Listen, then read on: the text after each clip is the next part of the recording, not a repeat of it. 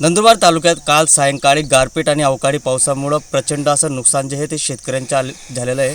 ऐन काढणीवरती आलेला हा कांदा जो आहे हा पूर्णतः आता भुईसपाट झालेला आहे। या कांद्याला केलेला खर्च देखील निघणार नाही अशीच काहीशी परिस्थिती जी आहे ती आता शेतकऱ्यांच्या उपस्थित झालेली आहे। नंदुरबार तालुक्यातील रनाळा, शनिमांडळ, तिलाली, इंद्रहट्टी अशा ज्या गाव आहेत या गावातील शेतकऱ्यांना मोठा फटका जो आहे तो या गारपिटीचा बसलेला आहे। गेल्या अनेक वर्षापासून नंदुरबार तालुक्यातील या शेतकऱ्यांना हा संकटाला तोंड द्यावा लागत आहे। मात्र ऐन काढणीवर आलेलं पीक जे आहे ते पुन्हा एकदा उद्ध्वस्त झाल्यामुळं शेतकरी आता अडचणीत सापडलेला आहे आणि या शेतकरी आता या अडचणीतून कसं बाहेर निघतील असाच काहीचा प्रश्न उपस्थित होताना दिसून येत आहे। आपल्यासोबत या शेताचे मालक आहेत, आपण त्यांच्याशी बोलूया। दादा, काय नाव आहे आपलं वालं, काय नुकसान झालेलं आहे आपलं वालं? माझं दीपक राजपूत इंद्रहट्टी शहरामध्ये आपलं 4 एकर क्षेत्र आहे। त्याच्यापैकी 2 एकर क्षेत्र आपण कांदा लागवड केलेली आहे। काल संध्याकाळी 5च्या सुमारास गार पडली आणि ती गार अशी होती, मोठी गार होती आणि या गाऱ्यामुळे आपल्या कांद्याचं संपूर्ण नुकसान झालेलं आहे।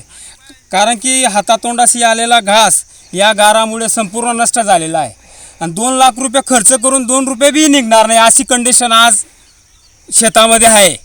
आणि बघा तुम्ही, हा चायनाचा बीज होतो, हे माल लावलेला होता आपण।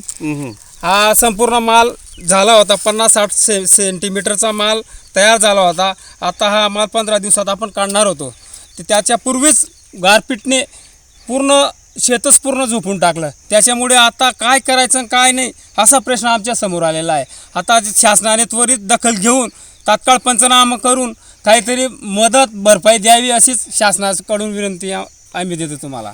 निश्चितच आसमानी संकटामुळे आता मोठ्या प्रमाणावरती नुकसान जे आहे ते या परिसरातील शेतकऱ्यांचे झालेलं आहे। यात कांदा असेल, भुईमुग असेल, मका असेल आणि इतर जे रब्बी हंगामाचे पिकं आहेत त्यांचे नुकसान झालेले आहे। या राजपूत यांच्या क्षेत्र जवळपास 2 एकर होते आणि 2 एकरसाठी जवळपास 2 लाख रुपये खर्च केले होते। मात्र आता 2 रुपयेही निघणार नाही अशी परिस्थिती जी आहे प्रतिक्रिया जी त्यांनी दिलेली। त्यामुळं मायबाप शासनाने तातडीने बांधावरती येऊन पंचनामे करावे आणि या शेतकऱ्यांना मदत द्यावी अशीच काहीशी अपेक्षा केली जात आहे।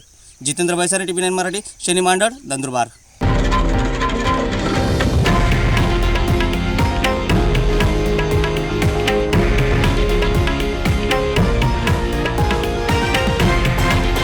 हे आहे देशातील नंबर 1 न्यूज नेटवर्क आणि आपण पाहत आहात TV9 मराठी, एकमेव।